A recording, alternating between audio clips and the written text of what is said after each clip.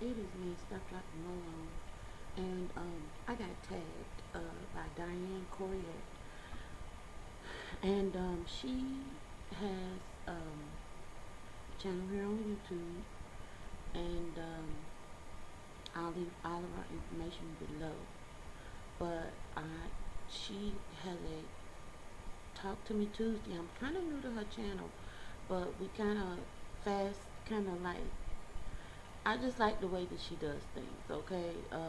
Just kind of laid back and things of that nature. I'm trying to learn that, in some aspects. In some aspects, I'm too laid back, and then here we go. But she tagged me, and it's kind of funny because she asked a question about, um, and I'm doing all this, y'all, before I get started for my day. So I'm just, you know, I had my quiet time, and now I'm just gonna do this because I'm not rude, but I had to think about this. Not real hard, but there's some aspects of it that were difficult for me, and you'll figure out what I'm talking about. But anyway, um, she tagged me.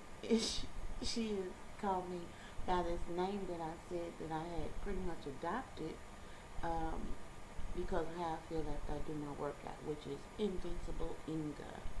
And so anyway, thank you, Diane, for thinking about me and tagging me, and I'm just going to go on. The first question is, what am I finding different on this journey? On this particular, this is my second YouTube channel, and second time having a YouTube channel. And what I'm finding out differently this time is that this is my style. This is me doing what I do.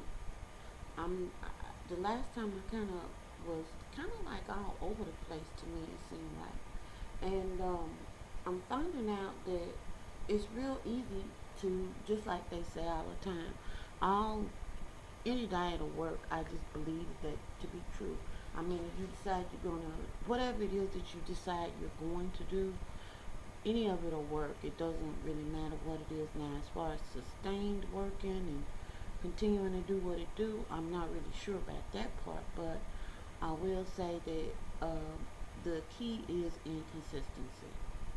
And when I say consistency, as it pertains to me, meaning that even if I have a opportunity where it's time for me to eat, or it's time for me to exercise or something like that, and I'm feeling less than stellar, that to the point where either my choice isn't good or whatever, that it does not mean that this is the end of it. It's just like I cannot and I do not embrace the all or nothing thinking this go round.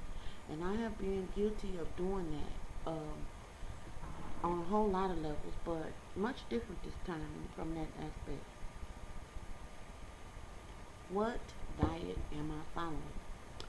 Really, to be totally honest, I'm not following a diet. What I'm doing this time, I recall when I did my the Tales from the Fridge video, and some people commented that my refrigerator was clean, not like it was filthy. I understand what they're talking about, clean eating, and I used to have a subscription to that particular magazine. I used to eat clean, and I used to eat a raw diet.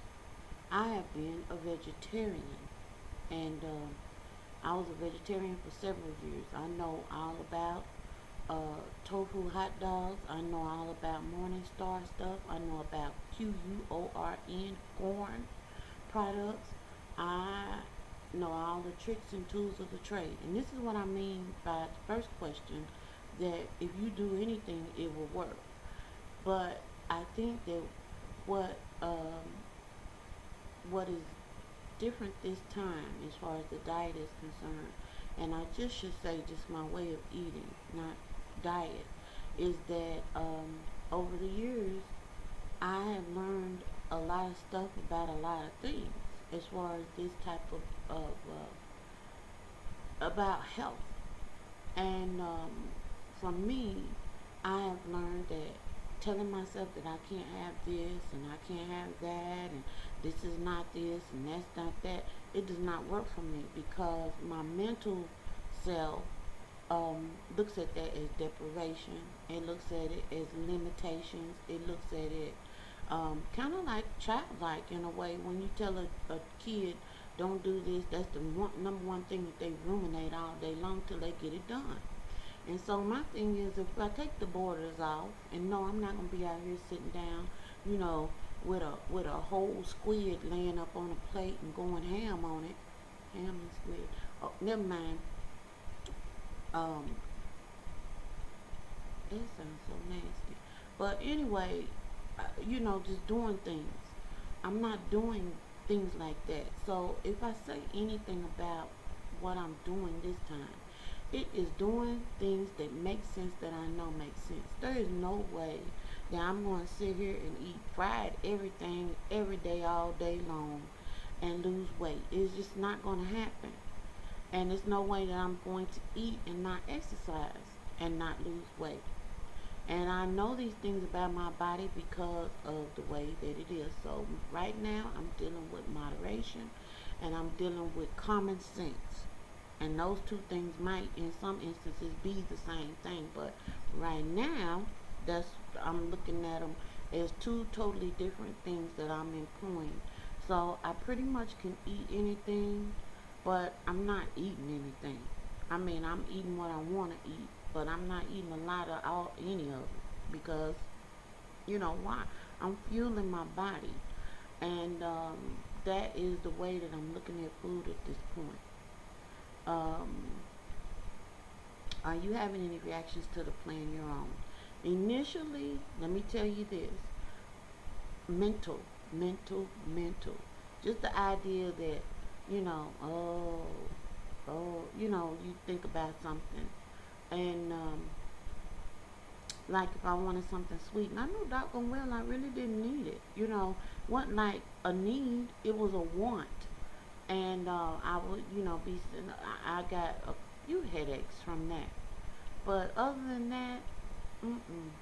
And and I sit here and I think about the fact that I do have willpower, and so what I have had to employ this go round is just the fact that there is a part of me that has staying power. There's a part of me that is willing to um, have conviction about certain things, and food is no different.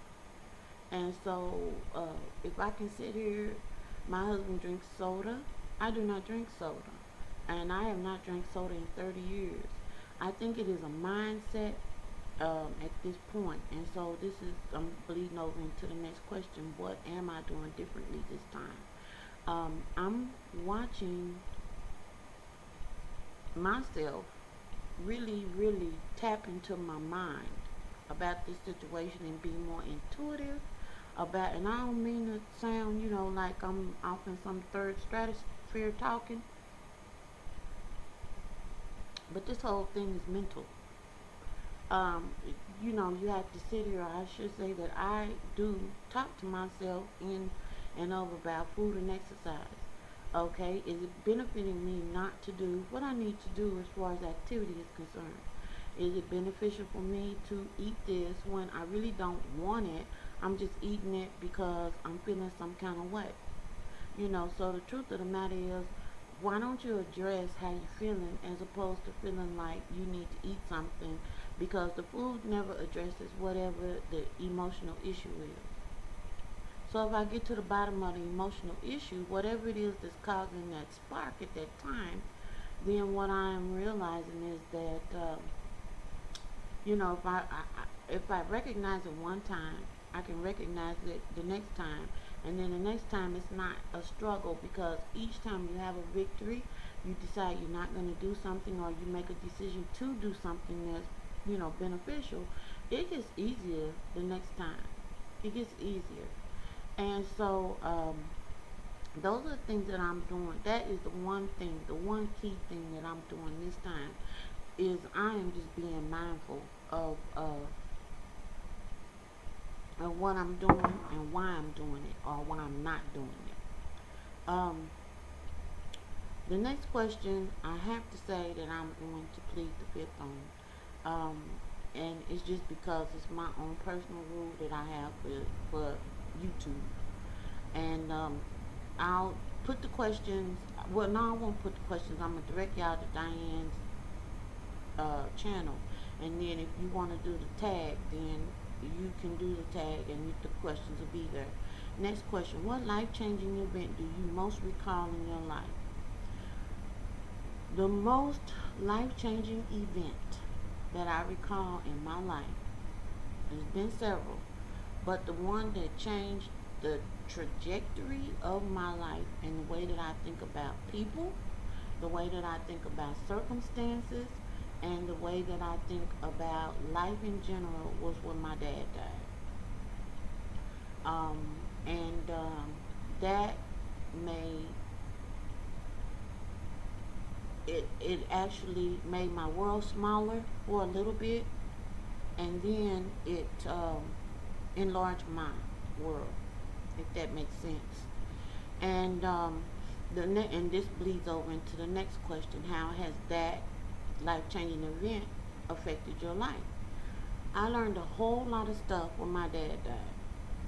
And I bring this up not because, I'm still mourning. That thing happened and it is what it is. And there isn't anything that I could do about that at this point. And the feelings don't go away ever in any situation like this. I think what happens is you tap into it and you just figure out, you remember where you were, what was going on, and what point in life you were, and then it's a word.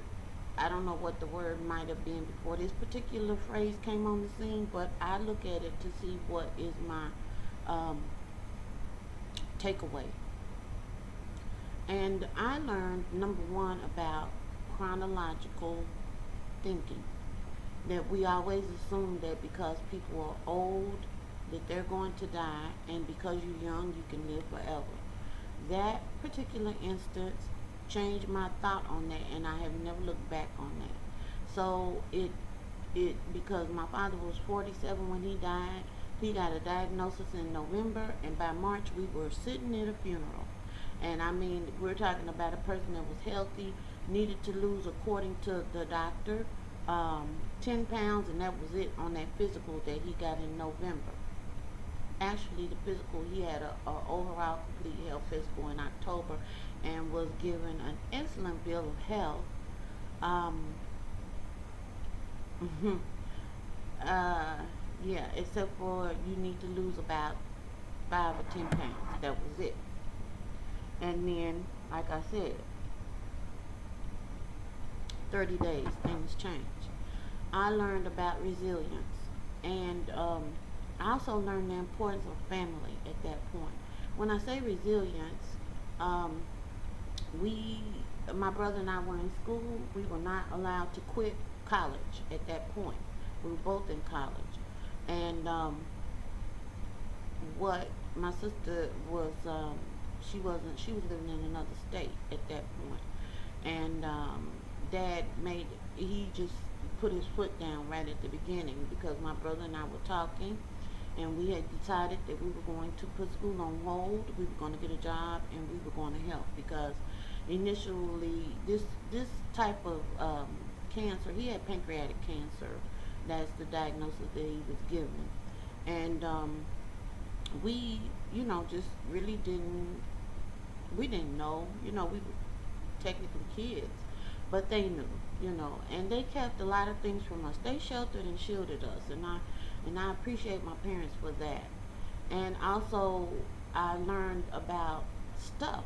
And so, if you see me doing something or I have something, and it's just like, oh, I mean, and I get this a lot, and I need y'all to hear me this the right way. I'm not moved by things. I'm not moved by people having things. And I really don't care about what you have or what you don't have. What is important to me is how you view what you have and your reaction to it, and how you treat other people regardless to what you have or don't have. And because we had a comfortable, good life. We were exposed to a lot of stuff. And I watched our things go away during that time frame. I watched things have to be sold. I watched, and I mean, I'm seeing this like you come home and something's not there anymore. And then sometimes we were there, you know. And so I know how fickle the world is, and I know how life can be. And so I don't get caught up in stuff. I like what I like, but at that standpoint, as far as this is concerned, um, I just learned about, it is things, things are things, and people are more important than anything. And at the end of the day, I would have given anything that I had, for to change things around so that my dad would be here, because you have this wonder now, like, what would he think about us? What would he think about? And this is my stepdad, but he was the best father. DNA ain't got nothing to do with this. This was a man that was on top of life and on top of his convictions and how he felt about things, and he instilled all of that stuff in us before he left here. And to do that in such a short time frame, good thing. And so my mom, we just now found out, like maybe about 5 years ago, how tight things actually were. My dad was on some high dollar pain stuff, and mom, was telling us the other day that technically, um, most of the time when she got through buying pain medication and things that were needed and stuff like that, that out of a 2 week paycheck, she would sometimes have $25 left, $50 left. I mean, seriously, we never knew. She did not involve us in that. And so, there's part of me to like, I just learned a lot of stuff. I learned a lot of stuff. This is some of it, but it's more. But those are the big things. Big things for me. How had What is my favorite thing to do? This is the last question. My favorite thing to do, I'm kind of like Diane. I love watching people. Um, I love talking to people, especially older people. My thing is, let me pull everything you got. You telling me this, I'm listening intently, you know. And so with older people, I love talking to them. I love them when they spry and they like to cut up, because they still, I just like them. But my other thing that, from a tactile sense, is creativity. I love to do things that are creative. Most importantly, I like sewing and stuff like that. And there's some other things, but sewing probably is my number one thing. I'm not a professional. It's just something that we all learned, including my brother, um, by watching my mom. It's not anything that we, took classes for, anything like that. But that is like my favorite. Two of my favorite things to do is watching people, talking and interacting with people. Pierre, he's always, do you know that person? I was like, no, but they're a human being just like I am. So why wouldn't I speak? Why wouldn't I ask them, from a heartfelt place, how are you doing today? And then stand there and take time to hear what they're saying and respond back, you know. So I look, I'll talk to a donkey walking by if he got a voice box and he's inclined to talk to me. So that is me, kind of, sort of, not all of me, because it's a whole lot more. But those are the questions, save one. And y'all, I just wanted to, number one, finish this by telling Diane, thank you for thinking about me. If you're looking at this tag and you want to do it, I'm going to put Diane's information below. And this is Invincible Inga. Stop, drop, and roll on, saying toodles.